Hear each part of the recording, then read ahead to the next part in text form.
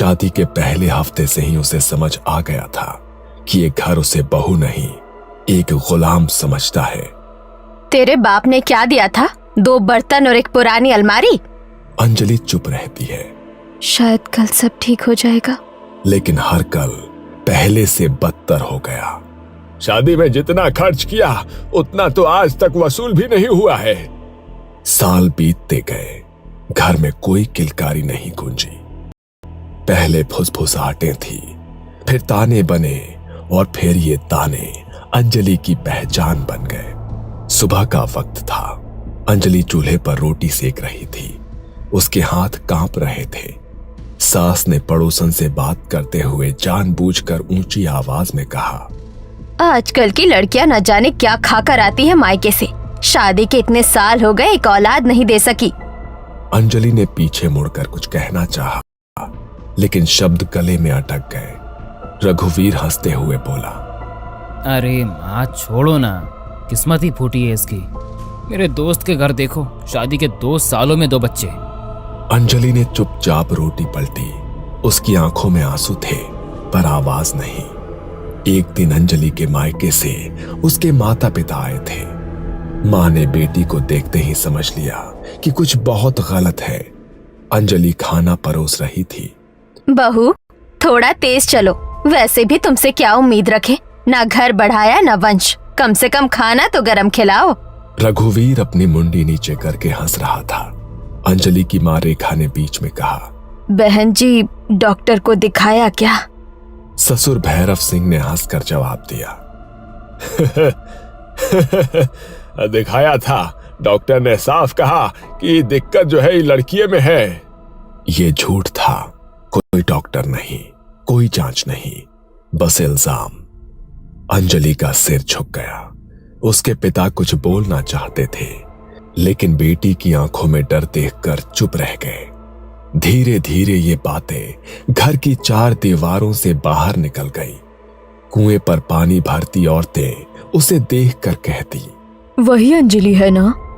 हाँ, इसकी सास कहती है ये बांझ है, इसके पति की दूसरी शादी होनी चाहिए। अंजलि जहां जाती उसे अपनी पीठ पर लोगों की उंगलियां चुभती महसूस होती। एक रात अंजलि अकेली बैठी थी, हाथ पेट पर रखे हुए। उसे सारी बातें याद आ रही थी। बांझ है, ये वंश मिटाने आई है। ऐसी औरत को तो घर में रखना भी पाप है। अगर मैं माँ बन पाई तो क्या सब बदल जाएगा? उसे तब नहीं पता था कि उसकी कोख खाली नहीं थी, लेकिन उससे पहले समाज ने उसे बांझ घोषित कर दिया था। और यही वो जहर था जो उसकी आत्मा में धीरे धीरे भर रहा था। हर ताने के साथ अंजलि की आत्मा में एक दरार पड़ती गई। 5 साल बीत चुके थे, जिनमें अंजलि ने हर ताना, हर मार चुपचाप सह लिया था, क्योंकि उसके मन में एक ही बात चल रही थी, अगर बच्चा हो गया तो सब ठीक हो जाएगा। रात को जब रघुवीर शराब पीकर आता, औरत है तू, पर अगर बच्चा नहीं दे सकी तो किसी काम की नहीं। वो उसे पीटता, कभी दीवार से पटकता, कभी बाल खींचता। अंजलि रोती नहीं थी, बस मन में यही दोहराती, बस एक बार गर्भधारण हो जाए, फिर शायद सब बदल जाए। लेकिन रघुवीर की शराब, उसकी मार और अंजलि का टूटता शरीर, इन सब के बीच गर्भ ठहरना आसान नहीं था। शादी के 5 साल बाद एक सुबह अंजलि को उल्टी हुई। उसने डरते डरते अपने पेट पर हाथ रखा। डॉक्टर ने कहा, बधाई हो, आप मां बनने वाली हैं। उस दिन अंजलि देर तक आईने के सामने बैठी रही। पहली बार उसके चेहरे पर सच्ची मुस्कान थी। मेरे अंदर कोई है। उसने भगवान को धन्यवाद दिया। सोचा कि अब शायद सब बदल जाएगा, लेकिन घर में वो अकेली ही खुश थी। जब उसने घर में खबर दी, अच्छा है, एक बार बच्चा पैदा हो जाए, फिर इसे मायके भेज देंगे। हमें तो बस वारिस चाहिए, इसका बोझ हम क्यों उठाएं? बच्चा हमारा होगा, तू तो बस जरिया है। अंजलि का दिल उसी पल टूट गया। गर्भवती होने के बावजूद उसकी जिंदगी में कुछ नहीं बदला। सुबह से रात तक झाड़ू पोछा बर्तन चूल्हा और भारी पेट के साथ पानी के घड़े उठाना। गर्व है, कोई बीमारी नहीं। खाने में अक्सर बासी रोटी, कभी कभी बस पानी। कई रातें बिना कुछ खाए गुजारी। शरीर सूखता जा रहा था, हड्डियां दिखने लगी थी, लेकिन उसके पेट के अंदर एक जान बढ़ रही थी। अंजलि का शरीर मरने की ओर बढ़ रहा था और उसका बच्चा जन्म की ओर। रात को उसे अजीब सपने आने लगे। कभी वो खून से लथपथ होती, कभी कोई उसकी कोख से बच्चा खींच रहा होता। मेरा बच्चा मतलब। एक दिन सुबह सुबह अंजलि डॉक्टर के पास से लौटी थी।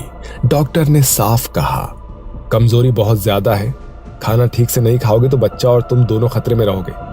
अंजलि ने बस सिर हिलाया था। वो जानती थी कि घर में उसकी सेहत किसी के लिए मायने नहीं रखती। ये क्या है? हम क्या जानवर हैं जो ठंडा खाना खाएंगे? पूरे घर में उसकी चीख गूंज गई। अंजलि घबरा गई। माँ जी, डॉक्टर के यहाँ से आई थी, थक गई थी, अभी गर्म कर देती हूँ। ससुर ने बिना कुछ कहे थाली को जोर से धकेल दिया। थाली उलट गई, दाल फैल गई, रोटी जमीन पर गिर गई। नाक कटवाने आई है? बांझ थी, अब गर्भ में भी अकल नहीं आई है। और तभी रघुवीर उठा। उसकी आंखें लाल थी, मुंह से शराब की बदबू। जानबूझकर करती है ये सब, हमसे बदला ले रही है। पहला थप्पड़ पड़ा, अंजलि लड़खड़ा गई। दूसरा थप्पड़, फिर लात। कोई बचाने नहीं आया। अंजलि चिल्लाई, माँ जी, बाबूजी, मुझे बचाओ। लेकिन शांताबाई और ससुर चुपचाप बैठे देखते रहे। रघुवीर रुक नहीं रहा था। घूंसे, लात, दीवार से टकराता शरीर। अंजलि जमीन पर गिर पड़ी। उसने दोनों हाथ अपने पेट पर रख लिए। मेरे पेट में बच्चा है, उसके लिए तो रुक जाओ। लेकिन चीखते चीखते अचानक अंजलि शांत हो गई। उसकी जान चली गई थी। पूरे कमरे में सन्नाटा। सिर्फ एक बात, अच्छा हुआ झंझट खत्म, लेकिन इसे ऐसे ही नहीं छोड़ सकते। अगर किसी को पता चल गया तो पूरा गांव सिर पर चढ़ जाएगा। पुलिस, पंचायत और फिर बदनामी अलग। शांताबाई ने अंजलि की लाश को घूरते हुए देखा। उसकी आंखों में न डर था न पछतावा। कोई संस्कार वंस्कार नहीं होगा। चिता जलेगी तो पूरे गांव को बताना पड़ेगा। झूठी चिंता दिखानी पड़ेगी। थोड़ा रुक कर वो बुदबुदाए, कल मोही बच्चा लेकर चली गई। रघुवीर चुप था। शराब का नशा अब उतर चुका था। उठा इसे और पीछे खेत में गाड़ दे, सुबह तक कोई निशान नहीं रहना चाहिए। रघुवीर ने अंजलि के शरीर को उठाया। उसके हाथ अब भी पेट को पकड़े हुए थे, जैसे वो मरने के बाद भी अपने बच्चे को बचा रही हो। रघुवीर का हाथ एक पल को कांपा, लेकिन वो रुका नहीं। उसने अंजलि को उठाया और पीछे के दरवाजे से बाहर निकला। खेत में अंधेरा था। रघुवीर ने एक गड्ढा खोदा और अंजलि को उसी कपड़े में गाड़ दिया गया जिसमें वो मरी थी। न कोई मंत्र, न कोई अग्नि, न कोई अंतिम शब्द। ऊपर खेत, नीचे एक मां और उसके गर्भ में अधूरी जिंदगी। रघुवीर वापस आया, हाथ धोए। तीनों ने चुपचाप खाना खाया। तीनों अपने अपने कमरों में सोने चले गए, जैसे कि कुछ हुआ ही ना हो, जैसे घर में कभी अंजलि थी ही नहीं। 3 दिन बीत गए थे। घर में अंजलि का नाम कोई नहीं लेता था। खेत के पीछे की मिट्टी अब बैठ चुकी थी। पर तीसरी रात, आधी रात के करीब शांताबाई की नींद टूटी। कानों में छोटे बच्चे की आवाज गूंज रही थी। ये किसकी आवाज है? कहीं बच्चा रो रहा है? कौन सा बच्चा? सो जा। लेकिन आवाज रुकने का नाम नहीं ले रही थी। धीरे धीरे वो आवाज पूरे घर में फैल गई। अगली सुबह गांव के चौराहे पर लोग इकट्ठा थे। कल रात मैंने देखा पीपल के नीचे एक औरत बैठी थी और वो रो रही थी।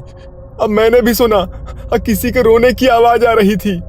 मैंने भी देखा, लेकिन चेहरा साफ नहीं दिखा, पर गोद में कुछ था। गांव में बात फैल चुकी थी कि रात में कोई औरत दिखाई देती है। रघुवीर के घर में अब रातें सबसे डरावनी हो चुकी थी। कभी किसी के जोर से चिल्लाने की आवाज आती, कभी ऐसा लगता जैसे कोई असहनीय दर्द से कराह रहा हो। माँ, आपने सुना? हाँ, हर रात। एक रात भैरव सिंह को आंगन में अंजलि बैठी दिखी। गोद में एक बच्चा, वो उसे झुला रही थी। अंजलि, अंजलि! पलक झपकते ही वहां कोई नहीं था। हर रात उन तीनों के लिए एक सजा बन गई थी। डर के मारे तीनों एक ही कमरे में सो रहे थे। एक रात सभी सो रहे थे, दरवाजा बंद था। अचानक कमरे में ठंडी हवा आने लगी और खिड़की हवा से खड़खड़ाने लगी। तीनों का दम घुटने लगा। माफ कर दे अंजलि, गलती हो गई। अंधेरे में अंजलि की आत्मा खड़ी थी, उसके बाल हवा में लहराने लगे। गोद में बच्चा। मेरा बच्चा कहाँ है? तीनों का दम घुटने लगा, वो चीख भी नहीं पाए। सुबह तीनों की लाशें मिली। उनका अंतिम संस्कार करने वाला कोई नहीं बचा। गांव में भी अब अंजलि का डर फैल चुका था। रात में कोई बाहर नहीं निकलता, बच्चों को अकेला नहीं छोड़ा जाता। ये कोई साधारण आत्मा नहीं है। गांव वालों ने तांत्रिक हरिदास बाबा को बुलाया। बाबा ने घर और खेत का निरीक्षण किया। ये आत्मा अंजलि की है। गांव सन्न हो गया। बाबा ने मिट्टी सूंघी, यही दफनाई गई थी वो। गांव वालों ने अंजलि के माता पिता को बुलाया। रेखा बेटी की खबर सुनते ही जमीन पर बैठ गई। मेरी बच्ची। हरिदास बाबा ने कहा, गर्भवती आत्मा को शांत करने के लिए उसे वो देना पड़ता है जो उसके लिए सबसे प्रिय हो। अंजलि की पसंदीदा चॉकलेट, बचपन की गुड़िया, उन्हें खेत के पास रखा गया। माँ और बच्चे दोनों को अग्नि दो। मिट्टी खोदी गई, अंजलि का शरीर निकाला गया, अंतिम संस्कार किया गया। आज भी जब आधी रात के बाद कोई खेतों के पास से गुजरता है तो हवा अचानक ठंडी हो जाती है। कहते हैं कि मिट्टी के उस सन्नाटे में एक साया उभरता है। गोद में बच्चा, आंखों में अधूरी ममता और होठों पर एक ही सवाल, मेरा बच्चा कहाँ है?